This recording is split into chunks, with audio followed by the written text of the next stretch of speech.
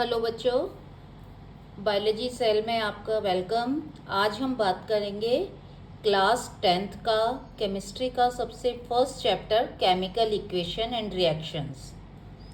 तो बच्चों, सबसे पहले तो जैसे नाम में ही आ रहा है केमिकल इक्वेशन, तो मैं आपको बता देती हूँ कि केमिकल इक्वेशन क्या होती है। तो बेसिकली इक्वेशन मतलब है कि कोई भी चीज़ को आप इक्वेट कर रहे हैं, मतलब किसी के बराबर कर रहे हैं। यानी कि यहाँ पे केमिस्ट्री में इक्वेशन का मतलब क्या है, मैथ्स की इक्वेशन से तो आप सभी वाकिफ़ हैं। केमिस्ट्री में यहाँ पे केमिकल इक्वेशंस का मतलब है कि जब भी कभी आपको पता है कि केमिस्ट्री में एटम्स, मॉलिक्यूल्स, आयंस आप 9th क्लास में बहुत अच्छे से पढ़ के आ चुके हैं ये सब। तो जब ये कभी भी एटम्स, मॉलिक्यूल्स, आयंस जब आपस में मिलते हैं, कोलिजन होता है, टकराते हैं, तो इनमें आपस में रीअरेंजमेंट होता है, इनमें शिफ्टिंग होती है मॉलिक्यूल्स की, आयंस की या एटम्स की। तो उसी रीअरेंजमेंट को हम सिंबल्स में किस तरह से लिखेंगे, उसी को हम केमिकल इक्वेशन कहते हैं। तो एक तरह से हम केमिकल इक्वेशन की सबसे शॉर्टेस्ट डेफिनेशन दे सकते हैं कि सिंबॉलिक रिप्रेजेंटेशन ऑफ रिएक्शन। और अगर जिनको थोड़ा सा बड़ा करना है इसको अपने जवाब को, तो आप रिएक्शन की जगह रिएक्शन की यहाँ पे परिभाषा डेफिनेशन है rearrangement of molecules, ions, atoms, इसको लिख सकते हैं। तो इन शॉर्ट आपकी हो गई chemical equation is the symbolic representation of rearrangement of molecules, ions और एटम्स। तो आइए अब बात करते हैं कि केमिकल इक्वेशंस किस तरह से लिखी जाती है। तो केमिकल इक्वेशंस में बिल्कुल ऐसे ही होता है जैसे कि आप मैथ्स में इक्वेशन लिखते हैं, left hand side, right hand side, वहाँ पे आप इक्वल का सिंबल बनाते हैं। बस अंतर इतना है कि यहाँ पे आप इक्वल का सिंबल नहीं बनाएंगे, यहाँ जो सिंबल होगा वो होगा एरो का। हम इक्वल इसलिए नहीं कर रहे हैं क्योंकि ये प्लस करके इसके बराबर नहीं होने वाले। इक्वल हाँ, बराबर तो ज़रूर होंगे। क्यों होंगे? क्योंकि law of conservation of mass तो बच्चों हमेशा एप्लीकेबल रहेगा। मतलब लेफ्ट हैंड साइड पे जितना मास है उतना राइट हैंड साइड पे हमेशा कंजर्व रहेगा, क्योंकि आपको पता है ना कि energy can neither be destroy nor be created but can be transferred from one form to another form, and mass is the form of energy. जो किसी भी चीज़ का जो मास है, जो वजन है, वो क्या है? एक उसकी एनर्जी, उसमें कितनी ऊर्जा है, उसकी एनर्जी कितनी है, उसी की ही तो रूप है वो। तो मास is the form of energy.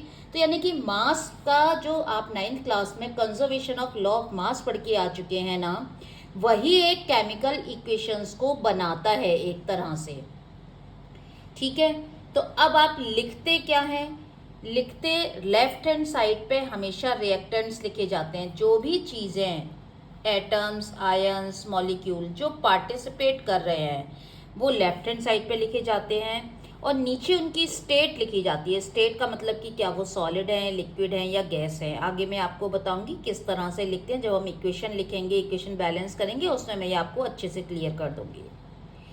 Then arrow क्यों बताया जाता है? एरो बेसिकली आपका ये जो रीअरेंजमेंट है ना मॉलिक्यूल्स और आयंस का, तो ये रीअरेंजमेंट को ही बताता है। एरो किसको बताता है बच्चों? एरो आपका रीअरेंजमेंट को ही बताता है। तो ये रीअरेंजमेंट ऑफ मॉलिक्यूल्स, इसके लिए रीअरेंजमेंट तो नहीं लिखना है, हम इसको एरो से बता देते हैं। अब इस एरो में क्या क्या लिखा जाता है? एरो के ऊपर और नीचे आप क्या लिखते हैं एक रिएक्शन के लिए? तो जो भी रिक्वायर्ड कंडीशंस होती हैं कि ये किस तरह से अरेंज होंगे, किस तरह कंबाइन करेंगे, कोलाइड करेंगे और क्या बनाएंगे, तो उसके लिए क्या क्या परिस्थितियां हैं, कंडीशंस क्या हैं, वो यहाँ पे लिखी जाती हैं। लाइक टेम्परेचर, प्रेशर, कितना दबाव, कितना टेम्परेचर रहना चाहिए, क्या क्या एंजाइम्स काम आ रहे हैं, और अदर रिक्वायरमेंट्स, ये सब लिखी जाती हैं। राइट हैंड साइड में बच्चों हमेशा आपका प्रोडक्ट लिखे जाते हैं। सिंबॉलिक फॉर्म में ही लिखे जाएंगे क्योंकि हम इक्वेशन की बात करें, हम इक्वेशन की डेफिनेशन पहले ही दे चुके हैं बच्चों। तो यहाँ प्रोडक्ट लिखे जाएंगे, और प्लस करके अगर हीट इवॉल्व हो रही है या यूज़ हो रही है तो प्लस माइनस हीट के लिए आ जाता है, और अदर चीज़ों के लिए। लाइक अगर यहाँ पर भी आपका देखिए, ये एक इक्वेशन मैंने यहाँ पे बताई हुई है कि रिएक्टेंट, इसका ए रिएक्टेंट है वो एक्वस, मतलब पानी में घुला हुआ है, डिजॉल्व कंडीशन में है। बी सी वो भी पानी में घुला हुआ है, एक्वस है, उसकी स्टेट लिख रखी है बी सी। बी और सी दो तरह के वो मॉलिक्यूल्स या एटम्स या आयन से मिलके बनाए हुए एक कंपाउंड है। और वो किस में रिएक्शंस हो रही है, उनका रीअरेंजमेंट किस तरीके से हो रहा है कि ए बी से कंबाइन हो रहा है, लेकिन वो एक्वस ही बना रहा है, पानी में डिजोल्व भी बना रहा है, और सी अलग से उसमें सेपरेट हो रहा है। इस रिएक्शन में इस तरह रीअरेंजमेंट हुआ है कि सी के जो मॉलिक्यूल्स है वो अलग से निकल गए हैं, बट वो सॉलिड स्टेट में है। किस स्टेट में है बच्चों? सॉलिड में। तो यानी कि सॉल्यूशन में सॉलिड स्टेट में है तो वो दिखेंगे अलग से पार्टिकल जैसे। तो यहाँ पे तो इस तरह से आपका ये तो बात हुई बच्चों केमिकल इक्वेशन की कि किस तरह से लिखे जाते हैं और केमिकल इक्वेशन में क्या क्या इंफॉर्मेशन आपको प्रोवाइड करवानी होती है। हमेशा याद रखिए बच्चों, कोई भी केमिकल जो इक्वेशन होगी ना वो हमेशा बैलेंस्ड ही लिखी जाएगी। कैसी लिखी जाएगी? हमेशा बैलेंस्ड। बैलेंस्ड क्यों लिखी जाएगी बच्चों? वो बैलेंस्ड इसलिए लिखी जाएगी क्योंकि आपने लॉ 9th क्लास में लॉ ऑफ प्रपोर्शन पढ़ के आए हैं। मतलब जितने भी एटम मॉलिक्यूल्स हैं जो भी कंबाइन करेंगे, रीअरेंज करेंगे तो एक डेफिनेट रेशियो में ही करते हैं। तो लॉ ऑफ प्रपोर्शन के को फॉलो करने के लिए हम उसे हमेशा बैलेंस करते हैं। तो आइए अब बात करते हैं कि कितने तरह की आपकी जो रिएक्शंस है ना बच्चों, केमिकल इक्वेशंस के बेसिस पे जो रिएक्शंस बन रही हैं वो कितने कितने तरह की आपकी हो सकती हैं। तो यहाँ देखिए बच्चों, सबसे पहली जो आपकी है वो मैंने आपको देखो सभी किताबों में ज़्यादातर मिलेगा कि मेन रिएक्शंस कौन सी हैं। तो मेन रिएक्शंस तो मैं भी आपको बता सकती हूँ।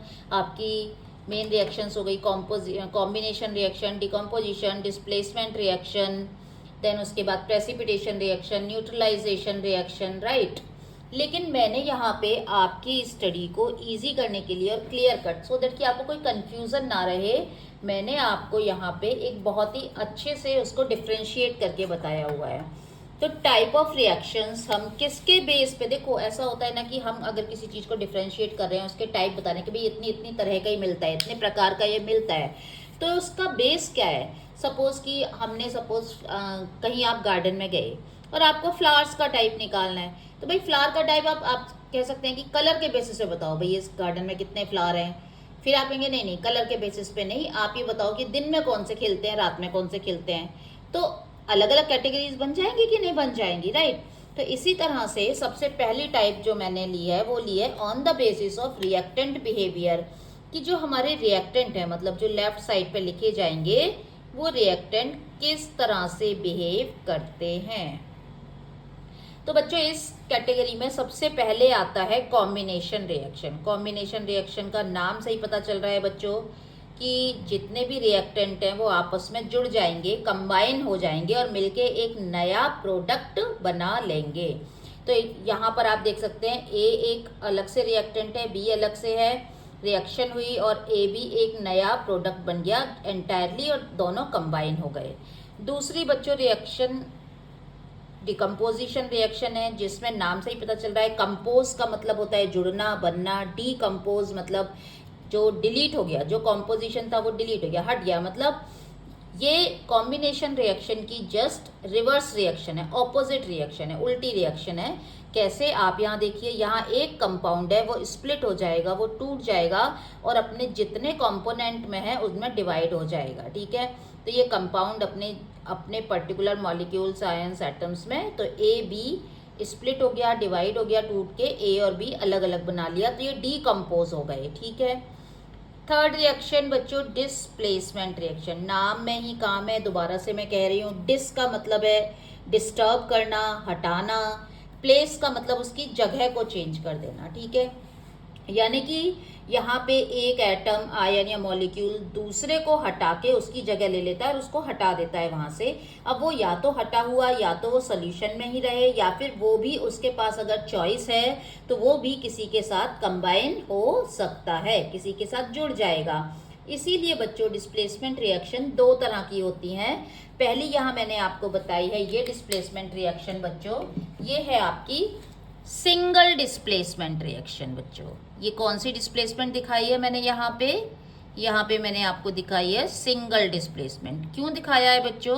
क्योंकि यहाँ पे ये जो सिंगल मॉलिक्यूल है ए है, उसने बी को हटा दिया है, बी को फ्री कर दिया है, और जो ए है वो सी के साथ कंबाइन होके एक नया कंपाउंड बना लिया है, तो ये सिंगल एक ही मॉलिक्यूल या एक ही कंपाउंड एक ही आयन जुड़ रहा है, उसको दूसरे को हटा रहा है, एक ही हट रहा है, तो सिंगल डिस्प्लेसमेंट। दूसरी रिएक्शन बच्चों अगर आप गौर से देखेंगे तो यहाँ पे दो मॉलिक्यूल आयन कंपाउंड हट रहे हैं और वो दो डिस्प्लेस हो रहे हैं। ए ने बी को हटाया, ठीक है बच्चों, और जो बी है डी ने किसको हटा दिया बच्चों, डी ने आपका, डी किसके साथ जुड़ा हुआ है, ए के साथ, डी ने ए को हटा के किसके साथ जुड़ गया, बी के साथ। तो यानी कि ए हटा, अब वो अकेला नहीं रहा, ए हट के सी के साथ जुड़ गया, और जो बी सी के साथ जुड़ने के साथ जो बी फ्री हुआ वो डी के साथ कंबाइन हो गया, तो डबल, तो दो आपस में चेंज हो रही है, एक्सचेंज हो रही है, पोजीशन डिस्टर्ब हो रही है, प्लेस और चेंज हो रहा है, दो का चेंज हो रहा है, दो एटम्स आयन से मॉलिक्यूल का, तो इसीलिए इसे कहेंगे बच्चों डबल डिस्प्लेसमेंट। सेकंड बच्चों अगर मैं कैटेगरी बताऊं तो आपको बच्चों देखो बिल्कुल कंफ्यूज नहीं होना है। आपकी बुक्स में ना आपको कभी कभी लगेगा कि ये रिएक्शन भी दी हुई है, वो रिएक्शन भी दी हुई है, मैंने उन्हीं को समराइज कर दिया है। अगर सेकंड बेस हम कहें कि हम रिएक्शन का टाइप निकाल रहे हैं, तो सेकंड बेस हम on the basis of heat या एनर्जी, कि heat is a form of energy, heat भी एक तरह से टेम्परेचर, हीट तापमान उसका, उसकी एनर्जी को, ऊर्जा को ही बताता है, तो heat is a form of energy. तो अगर हीट की ज़रूरत है, मतलब कोई रिएक्शन, कहने का मतलब है कोई रिएक्शन ऐसे लो टेम्परेचर पे नहीं हो रही है, उसको गर्म करना पड़ रहा है, तो आप बेसिकली उसको हीट ही प्रोवाइड कर रहे हैं ना बच्चों, एनर्जी दे रहे हैं उसको, तो वो रिएक्शन जो हीट लेगी उसे हम बच्चों कहेंगे एंडोथर्मिक रिएक्शन, और जो बच्चों रिलीज करेगी उसे हम कहेंगे एक्सोथर्मिक रिएक्शन। तो ये जो बच्चों ऊपर वाली रिएक्शन है, यहाँ पे आप देखिए ए बी जो कंपाउंड है, जब वो स्प्लिट हुआ है और स्प्लिट होके उसने ए और बी बनाया है बच्चों, तो यहाँ पे हीट यहाँ पे रिलीज हुई है, ठीक है, तो इसीलिए पॉजिटिव किलो कैलोरी, ये हीट को यूनिट है हीट को मेजर करने की, मापने की, किलो कैलोरी, तो ये यहाँ पे हमने पॉजिटिव किलो कैलोरी है, ठीक है बच्चों। यहाँ पे देखिए बच्चों हीट मैंने इस तरफ बनाया है, ये हीट का सिंबल, ये ट्राइंगल वाला ये हीट का सिंबल होता है, मतलब ए और बी जो दो कंपाउंड हैं या मॉलिक्यूल्स हैं उनको जोड़ने के लिए, ये जुड़ रहे हैं दोनों, उनको रिएक्ट करवाने के लिए यहाँ पे हीट की जरूरत है, उनको गर्म करना पड़ेगा या कोई एनर्जी किसी भी फॉर्म में देनी पड़ेगी। तो यहाँ पे बच्चों माइनस में आई है, माइनस में क्यों लिखा है बच्चों, ये प्लस है, आप सभी को पता है इक्वेशन है, आप मैथ्स में प्लस की चीज को लेफ्ट हैंड साइड से राइट हैंड साइड पे शिफ्ट करेंगे तो माइनस आ जाएगा ना बच्चों। तो अगर आप इधर लिखेंगे तो प्लस ये करके लिखेंगे, अगर आपको इधर नहीं लिखना है, इसको मैं यहाँ हटा देती हूँ, तो आप बच्चों इसको यहाँ लिखेंगे प्लस करके, तो यहाँ ये माइनस में किलो कैलोरी आएगा। ये कॉन्सेप्ट क्लियर हो गया आपको, प्लस माइनस वाला, यहाँ पे आपको कंफ्यूज नहीं होना है। नेक्स्ट बच्चों जो रिएक्शन है हमारी यहाँ पे, अब एक रिएक्शन का, नेक्स्ट रिएक्शन का जो टाइप है वो है सॉल्युबिलिटी के बेसिस पे। सॉल्युबिलिटी किसकी बच्चों, कि क्या जो प्रोडक्ट बन रहा है वो उसमें डिसॉल्व हो रहा है, घुल मिल रहा है या नहीं, या अलग से ही रह रहा है, अलग से दिख रहा है, वो दाने जैसा, पार्टिकल जैसा, प्रेसिपिटेट बन रहा है। और जब पार्टिकल जैसा सॉलिड फॉर्म में रहेगा किसी लिक्विड में, एक्वस सॉल्यूशन में आपका सॉलिड पार्टिकल रहेंगे तो वो दिखेंगे ना अलग से। आप पानी में सैंड को मिला दो तो वो अलग से दिखेगी या नहीं दिखेगी, बताओ, दिखेगी। तो वो उसे सॉलिड, तो ये एक्वस मतलब एक्वस सॉल्यूशन में ये सॉलिड रहेगा, तो इसको कहेंगे बच्चों हम, इस तरह की जो रिएक्शंस होती हैं इनको कहते हैं प्रेसिपिटेशन रिएक्शंस। क्या कहेंगे बच्चों, इन रिएक्शंस को हम कहेंगे प्रेसिपिटेशन। प्रेसिपिटेट वर्ड का मतलब ही ये हो गया कि एक्वस में जो सॉलिड है वो डिसॉल्व नहीं हो पाएगा, नॉन डिसॉल्वेबल फॉर्म में रहेगा, घुलेगा नहीं, तो वो प्रेसिपिटेट बना लेगा। तो यहाँ पे बच्चों किस तरह से हम इसे रिप्रेजेंट कर सकते हैं, सपोज ये ए भी एक कंपाउंड है, ये एक्वस है, ठीक है, यानी कि पानी में है, घुला हुआ है। सी डी भी एक कंपाउंड है, पानी में घुला हुआ है, एक्वस सोल्यूशन है उसका। रिएक्शन हुई, ए सी से कंबाइन हो गया, बी डी से कंबाइन हो गया, लेकिन बी डी से जो कंबाइन हुआ है उसने तो डिसॉल्व स्टेज में ही हुआ है, वो तो घुला मिला ही है बिल्कुल। लेकिन जो ए सी से कंबाइन हुआ है उसने जो कंपाउंड बनाया है बच्चों वो सॉलिड फॉर्म में ही है, वो इसमें घुल नहीं रहा है, तो इसीलिए वो प्रेसिपिटेशन बन गया उसका, it will be precipitated out. Next बच्चों जो रिएक्शन है वो on the basis of electron oxygen या हाइड्रोजन, इसके बेसिस पे बच्चों अगर हम कैटेगराइज करें, डिफाइन करें कि कितने तरह की हमारी रिएक्शंस हो सकती हैं, तो बच्चों दो ही तरह की रिएक्शन होंगी, ऑक्सीडेशन या रिडक्शन। तीसरी ऑक्सीडो रिडक्टेज भी कह सकते हैं बच्चों, क्योंकि जब जब ऑक्सीडेशन होगा तो रिडक्शन भी होता है साथ में नेचर में ज़्यादातर, तो ऑक्सीडो रिडक्टेज कहते हैं। इनके बारे में मैं आपको एक अलग से कमेंट सेक्शन में लिख दीजिएगा, जिनको भी ज़रूरत है मैं एक अलग से एक क्रिस्टल क्लियर वीडियो बहुत ही शॉर्ट में बना दूंगी आपको। तो ऑक्सीडेशन बच्चों, ऑक्सीडेशन ऑन, देखो आप सभी को ऑक्सीजन और हाइड्रोजन का कॉन्सेप्ट तो बच्चे अच्छे से समझ में आ गया होगा। अगर ऑक्सीजन जुड़ेगी तो नाम है ऑक्सीडेशन, ऑक्सीजन हटेगी तो नाम है रिडक्शन, हाइड्रोजन जुड़ेगी तो रिडक्शन, हाइड्रोजन हटेगी तो ऑक्सीडेशन। पर ये बच्चों ये क्या है, मैंने इलेक्ट्रॉन दे दिया यहाँ, ये क्या स्यापा दे रहा है, तो ये समझा देती हूँ बच्चों इलेक्ट्रॉन से क्या मतलब है। देखो बच्चों ऐसा है कि जो इलेक्ट्रॉन है ना आपका, जब वो इलेक्ट्रॉन हटेगा, ठीक है, जब इलेक्ट्रॉन हटेगा, तो जब बच्चों इलेक्ट्रॉन हटेगा तो उसको डी इलेक्ट्रोनेशन, क्या वर्ड यूज किया मैंने बच्चों, डी इलेक्ट्रोनेशन, ये हमारा इक्विवेलेंट होता है बच्चों ऑक्सीडेशन के। अब आप कहेंगे मैडम ऐसा क्यों, रीज़न बता देती हूँ। देखो आपने देखा होगा मैं जो आपको जितने एक्सप्लेनेशन देती हूँ ना बच्चों, साथ में रीज़न देती हूँ। क्यों देती हूँ, सो दैट कि आप रीज़न असर्शन के क्वेश्चन सॉल्व कर पाएँ, आप 1 मार्क के क्वेश्चन, आप एमसीक्यूज और आप केस बेस्ड स्टडीज़ बड़े आराम से सॉल्व कर पाएँ। आपको लॉजिक लगाएं, ना कि आप रटें। मैं नहीं चाहती कि मेरा कोई भी बच्चा रट के पढ़ाई करे, ठीक है। तो बच्चों डी इलेक्ट्रोनेशन, ऑक्सीडेशन, ये कैसे हुआ, देखो बच्चों ऑक्सीजन आप 9th में पढ़ के आए हो, ऑक्सीजन का इलेक्ट्रॉनिक कन्फिग्रेशन पे ध्यान दीजिए बच्चों। क्या ऑक्सीजन को इलेक्ट्रॉन लेने की ज़रूरत रहती है या देने की ज़रूरत रहती है, बताओ बच्चों। ऑक्सीजन क्या करता है, ऑक्सीजन नेगेटिव करता है ना बच्चों, -2 है ना। तो नेगेटिव का मतलब हुआ कि बच्चों उसमें जो जब वो बनाएगा तो उसको ऑक्सीजन हमेशा क्या रिक्वायरमेंट रहेगी कि वो हमेशा लेना चाहेगा इलेक्ट्रॉन। यानी कि अगर ऑक्सीजन जुड़ा, ऑक्सीडेशन हुआ, तो उसकी रिक्वायरमेंट क्या होगी बच्चों, सबसे पहले वो तभी जुड़ेगा ना जब किसी के पास इलेक्ट्रॉन देने के लिए होगा, यानी कि उसको इलेक्ट्रॉन मिल रहा होगा, तभी तो ऑक्सीजन जुड़ेगा ना बच्चों, ठीक है। क्योंकि इलेक्ट्रॉन किसको चाहिए, इसको चाहिए ना, तो इसका ऑक्टेट कंप्लीट हो जाएगा। तो बस, यानी कि ऑक्सीजन जुड़ रहा है, अब वो किस शर्त पे जुड़ेगा, भाई पहले मुझे इलेक्ट्रॉन दो, तो डी इलेक्ट्रोनेशन, ऑक्सीडेशन हो गया। तो यहाँ पे देखिए एक कोई कंपाउंड है या कुछ भी आप मॉलिक्यूल लगा लीजिए, उसमें ऑक्सीजन जुड़ा और उसने ऑक्साइड बना लिया उसका, तो सिंपली यहाँ मैंने आपको बहुत सिंपल ऑक्सीडेशन रिडक्शन समझाए हुए हैं बच्चों। जब नेक्स्ट हम ऑक्सीडेशन रिडक्शन की प्रैक्टिस करेंगे तो आपको थोड़ी और टफ देंगे, जो कि बोर्ड में ज़्यादातर आते हैं आपके।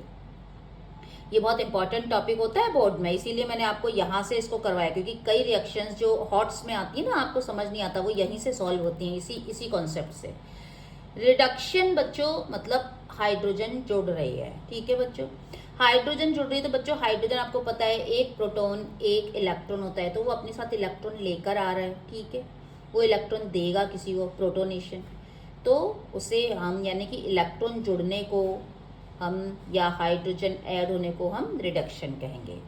तो बच्चों आज ये जो मैंने आपको पढ़ाया, ये तो आपका सिंपल सा हमारा था कि भाई रिएक्शन क्या होती हैं, कितने बेसिस पे, क्या क्या उनके टाइप हैं। अब बच्चों ये तो बात हो गई रिएक्शंस के टाइप की। अब आप कहेंगे मैडम आपने तो रिएक्शंस ही नहीं लिखी, तो चलो बच्चों अब हम क्या करते हैं, हम कुछ ना थोड़ी थोड़ी अब हम रिएक्शंस भी लिख लेते हैं। चलिए आओ फटाफट से, तो यहीं से चालू कर दें। On the basis of electron, तो हम एक सिंपल से एग्जाम्पल्स कुछ बच्चों लेते हैं। पहले हम ऑक्सीडेशन का एग्जाम्पल ले लें, चलिए ऑक्सीडेशन का ले लेते हैं। ये मैं क्यों ले रही हूँ बच्चों, आपकी एनसीईआरटी की सबसे पहले पेज में ना एक्टिविटी देखिए, एक्टिविटी में ना ऑक्सीडेशन का ही एग्जाम्पल उन्होंने दे रखा है आपको, ठीक है बच्चों। तो ये मैं भी यही एग्जाम्पल आपको लेने जा रही हूँ। मैग्नीशियम रिबन को उन्होंने बर्न किया है। बर्न करने का मतलब होता है बच्चों कि वो ऑक्सीजन की प्रेजेंस में, और वो उसका कलर ग्रेइश सा कलर, तो मैग्नीशियम ऑक्साइड बन जाता है, ठीक है। तो यहाँ पे मैग्नीशियम बच्चों और ये मैग्नीशियम ने ऑक्सीजन से रिएक्ट किया और ये बन गया MgO मैग्नीशियम ऑक्साइड। अगर किन्हीं भी बच्चों को दिक्कत आ रही है कि फार्मूला कैसे बनते हैं तो मुझे बता दीजिएगा, एक दिन मैं आपको बहुत इजी ट्रिक से फार्मूला बनाना बता दूंगी। वैसे तो है ये 9th क्लास का पार्ट, आप कमेंट सेक्शन में लिख के बता दीजिएगा आपको जिस भी टॉपिक में दिक्कत आती है, मैं आपको क्लियर बता दूँगी। तो बच्चों ये हो गया मैग्नीशियम ऑक्साइड बन गया। अच्छा बच्चों अब आप यहाँ देखेंगे मैडम आपने है ना रिएक्शंस में ये 2 क्यों लगाया है, ये आपका नेक्स्ट टॉपिक जो बैलेंस करना है ना इक्वेशन का, ये उसी से आता है। बिकॉज कोई भी रिएक्शन डेफिनेट प्रपोर्शन में होती है, कभी भी ऐसा नहीं होगा कि मैग्नीशियम का एक एटम ऑक्सीजन के एक एटम से कंबाइन कर लेगा, नहीं। उनको होने के लिए ना उनके लिए definite number of atoms, number of elements होने चाहिए, तभी वो एक डेफिनेट रेशो में ही कंबाइन करते हैं, ठीक है। सिंपल से एग्जांपल बच्चों मैं इसको ऐसे समझा सकती हूँ आपको कि एक बात बताइए, अगर आप सपोज अगर आप कोई एक एग्जांपल लेते हैं कि घर में पुडिंग बनती है, हमारे इंडियन कल्चर में ना बच्चों खीर बहुत बनती है, बच्चों को पसंद भी होती है, ठीक है। अब उस खीर में बच्चों सपोज क्या हो, अगर मम्मी आपकी दूध कम डाले और चावल ज़्यादा डाले तो क्या खीर रह पाएगी? बताओ, नहीं रहेगी ना। यानी कि रेशो बहुत इंपॉर्टेंट है ना। उस खीर में अगर मम्मी ने मीठा बिल्कुल कम डाल दिया तो क्या वो आपको खीर जैसी अपीयरेंस देगी? वो कुछ और ही बन जाएगी। तो यहाँ पे तो ये तो कैसी है, फिजिकल है, ये तो मिक्स एंड मैच हो रहा है जी, ठीक है, मिक्सचर बन रहा है। यहाँ पे तो इनको रीअरेंजमेंट होके प्रॉपरली परमानेंटली कंबाइन होना है, जब ये अलग नहीं हो सकते, केमिकल कॉम्बिनेशन हो रहा है। तो यहाँ पे ये भी क्यों मानेंगे भाई, तो ये भी एक डेफिनेट रेशो होगा कि नहीं होगा इनका कंबाइन करने का। तो इसलिए यहाँ ये बैलेंस करके इसके दो मॉलिक्यूल चाहिए, इसका सिंगल चाहिए, और इसके 2 ही बनेंगे मैग्नीशियम ऑक्साइड के। नेक्स्ट बच्चों अगर मैं बात करूं तो आप कहेंगे कि मैडम यहाँ कैसे, तो यहाँ पे जो मैग्नीशियम है बच्चों उसने अपने 2 इलेक्ट्रॉन लूज किए हैं। क्यों? ऑक्सीजन जुड़ा है ना, ऑक्सीजन को तो चाहिए इलेक्ट्रॉन, उसको दे दिए हैं और तब जाके ऑक्सीजन सेटिस्फाई हुआ और वो उसके साथ जुड़ पाया है। तो इस तरह से मैग्नीशियम का क्या हुआ है बच्चों, ऑक्सीडेशन हुआ है। आपकी एक्टिविटी भी इसी से रिलेटेड है, ओके। नेक्स्ट अगर मैं बताऊं बच्चों रिडक्शन की बात करूं तो रिडक्शन में आप देखिए बच्चों इस तरह से आप कर सकते हैं। कॉपर का ले लेते हैं हम, copper oxide, already oxidise form में है कॉपर, ठीक है। और इसने रिलीज कर दिया क्या, इसने रिलीज कर दिया कॉपर बच्चों, और साथ में इसने ऑक्सीजन अलग से, ऑक्सीजन का एक एटम रिलीज कर दिया। अब जब बच्चों ऑक्सीजन का एक एटम रिलीज हुआ, इससे हटा, ठीक है, तो ये हमारा रिडक्शन हुआ। ये तो सिंपली बच्चों आप पहचान सकते हैं कि ऑक्सीजन हटी है इसलिए हो गया, ठीक है ना। बट ऑक्सीजन हटी है तो ऑक्सीजन का एटम हटा है तो एटम तो अपनी ओरिजिनल कंडीशन में गया हुआ, तो इलेक्ट्रॉन को यहीं छोड़ गया है, ठीक है। तो इलेक्ट्रॉन इसके पास ही है कॉपर के पास, इसलिए इस तरह से कह सकते हैं कि इसको इलेक्ट्रॉन मिले हैं, तो इसका रिडक्शन हुआ है। वुड बर्निंग बच्चों आप बताइए, चलो मैं आप पे छोड़ती हूँ, आप मुझे कमेंट सेक्शन में लिख के बताना कि वुड की बर्निंग जब होती है, जब लकड़ी जलती है तो वो ऑक्सीडेशन है बच्चों या रिडक्शन है, ठीक है। अब बच्चों अगर हम बात करें प्रेसिपिटेशन रिएक्शन का, कोई एक एग्जांपल ले लें, ठीक है। प्रेसिपिटेशन रिएक्शन, एक चीज और छोटा सा पॉइंट में बच्चों क्लियर कर देती हूँ। देखो कोई भी रिएक्शन जो कि एक प्रेसिपिटेशन रिएक्शन है वो डिस्प्लेसमेंट रिएक्शन को भी शो कर सकती है, क्योंकि बच्चों डिस्प्लेसमेंट रिएक्शन तो हमने किसके बेसिस पे टाइप उसकी डिफाइन की है, on the basis of the reactant और प्रोडक्ट की, रिएक्टेंट कैसे बिहेव कर रहे हैं, रिएक्टेंट डिस्प्लेस कर रहा है, हटा रहा है या नहीं हटा। तो आप यहाँ देखो ए ने इसको हटाया, ठीक है, डी को हटाया, सी के साथ जुड़ गया, बी ने इसको हटाया और डी के साथ जुड़ गया, सी को हटा के डी के साथ, तो डिस्प्लेसमेंट हुई कि नहीं, डबल डिस्प्लेसमेंट हुई। लेकिन ये डिस्प्लेसमेंट में सॉल्युबिलिटी कैसी है रिएक्ट प्रोडक्ट की, एक सॉल्युबल है और एक इनसॉल्युबल है, उसमें घुल नहीं पा रहा है, तो इसके बेसिस पे ये रिएक्शन प्रेसिपिटेशन रिएक्शन हो गई है, ठीक है। तो इसका अब हम एक एग्जांपल अगर लें, इसके एग्जांपल की बात करें बच्चों, तो मैं एक बहुत सिंपल सा छोटा सा एग्जांपल आपको लिख देती हूँ। एक सिंगल डिस्प्लेसमेंट का लिख देती हूँ बच्चों और एक डबल डिस्प्लेसमेंट का, दोनों ही प्रेसिपिटेशन रिएक्शन को फॉलो करते हैं। जैसे कि सिल्वर नाइट्रेट अगर हम लेते हैं, ट्वाइस AgNO3 एंड कॉपर। तो ये हमारा कॉपर कंबाइन हो जाएगा कॉपर नाइट्रेट के साथ में। इसकी नाइट्रेट से एफिनिटी ज़्यादा है, उससे ज़्यादा अट्रैक्ट हुआ और इसने रिलीज़ कर दिया सिल्वर। और सिल्वर सॉलिड फॉर्म में है, ये एक्वस फॉर्म में है हमारा, हम यहाँ लिख देंगे ये हमारा एक्वस फॉर्म में है बच्चों, ये एक्वस फॉर्म में है। तो लिया तो हमने सॉल्यूशन ही था, घुला मिला एकदम, और ये उसमें से सॉलिड निकल के आ गया सिल्वर। यानी कि एक तरह से सिल्वर नाइट्रेट से सिल्वर निकालने की प्रोसेस भी हो सकती है। प्रेसिपिटेशन रिएक्शन हुई या नहीं हुई बताओ? सिल्वर नाइट्रेट फॉर्म में लिया था और सिल्वर, उसमें से सिल्वर निकल के सारा चांदी निकल के बाहर आ गई और ये वाइट कलर का पीपीटी की फॉर्म में निकल जाता है, प्रेसिपिटेट आउट हो जाएगा। ये तो है बच्चों सिंगल डिस्प्लेसमेंट, क्योंकि सिल्वर ही एक ही निकल रहा है। अब डबल डिस्प्लेसमेंट के लिए बच्चों एक सिंपल सा एग्जांपल हम ले लेते हैं। BaCl2 barium chloride plus sodium sulphate क्या बनाएगा बच्चों?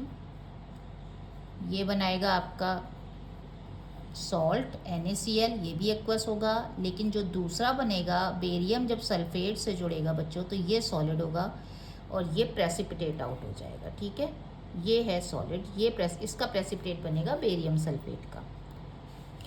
नेक्स्ट बच्चों अब हम बात करते हैं, इनके भी एग्जांपल्स कर लेते हैं फिर हम।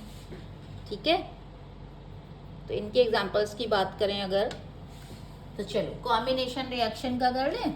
बहुत ही सिंपल सा करेंगे, डोंट वरी, सिंपल पानी बनाएंगे और कुछ नहीं करेंगे। पानी का फॉर्मूला ही H2O है, 8th 9th क्लास से ही पढ़ते आ रहे हैं बस। तो सिंपल सा, सॉरी मैंने यहाँ पे ये H2O लिख दिया, ये हमें सिर्फ H2 लिखना है, प्लस देन O2 और ये बना आपका पानी बन गया जी।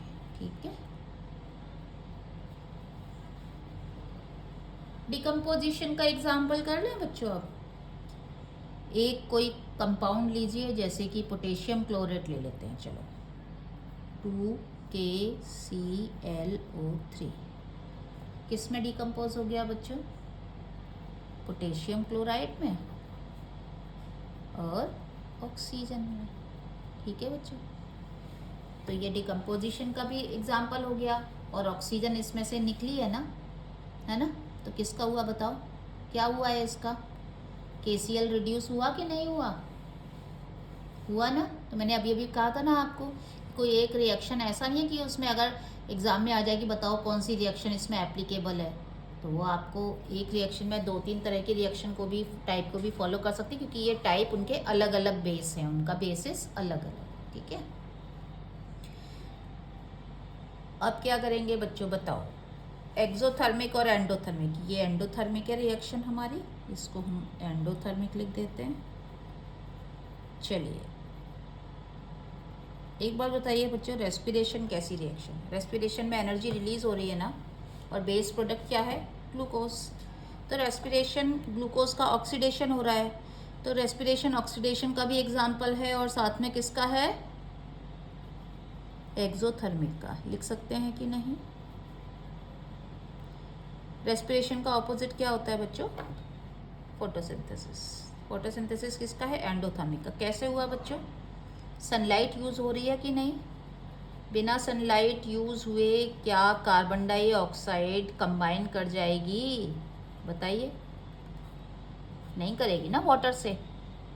तो फोटोसिंथेसिस एंडोथर्मिक का एग्जाम्पल है। तो इस तरह से बच्चों क्लियर कट शॉर्ट में मैंने आपको समझा दिया है। जाते जाते बस एक चीज़ और मैं बता देती हूँ कि आप पहचानते कैसे हैं कि कोई रिएक्शन हुई है या नहीं हुई है। तो उसके पहचानने के लिए एक छोटा सा क्वेश्चन बनता है, जनरली 1-2 मार्क्स में आता है, इसीलिए मैं आपको बता रही हूँ कि किसी भी रिएक्शन को किस तरह से पहचाना जाता है कि वो हुई है या नहीं। तो या तो उसका महक, गंध, ऑर्डर चेंज हो, ठीक है, या फिर उसका कलर चेंज हो, तब हमें पहचान में पड़ेगा कि हाँ भाई रिएक्शन तो हुई है,